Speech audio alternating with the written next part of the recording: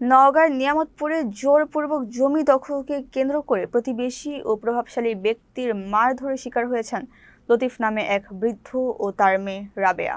গত শুক্রবার দুপুরে উপজেলার রসুলপুর ইউনিয়নের চৌরা শাহাপুর এলাকায় এই ঘটনাটি ঘটে। এই ঘটনায় ভুক্তভোগী লতিফ বাদী হয়ে নিয়ামতপুর থানায় একটি লিখিত অভিযোগ দায়ের করেছেন। থানায় দায়েরকৃত অভিযোগ সূত্রে জানা যায়, পৈতৃক জমি নিয়ে প্রতিবেশী আব্দুল মুনার আলীর সঙ্গে লতিফের দীর্ঘদিন ধরে বিরোধ চলছিল। এরই জেরে গত শুক্রবার দুপুরে মুনার আলী, তার স্ত্রী জেসমিন আরা ও সহযোগীরা দেশীয় অস্ত্র নিয়ে লতিফের উপর হামলা চালায়। তাকে বাঁচাতে এগিয়ে এলে মেয়ে রাবেয়াকেও এলোপাতাড়ি পিটিয়ে জখম করা হয়। এতে লতিফের মাথায় ও কপালে এবং রাবেয়ার মাথায় 7টি সেলাই দিতে হয়েছে। ভুক্তভোগীদের অভিযোগ, হামলার পর শনিবার তাদের বাড়িতে আগুনও ধরিয়ে দেওয়া হয় এবং বর্তমানে তারা প্রাণনাশের হুমকিতে চরম আতঙ্কে রয়েছেন। লতিফ জানান, ভুয়া দলিলের মাধ্যমে তার জমি দখলের চেষ্টা করা হচ্ছে, অথচ স্থানীয় সালিশ ও আদালতের কাগজপত্র তার পক্ষেই রয়েছে। অভিযুক্তদের মুঠোফোন বন্ধ থাকায় এই বিষয়ে তাদের এখনো কোনো বক্তব্য পাওয়া যায়নি।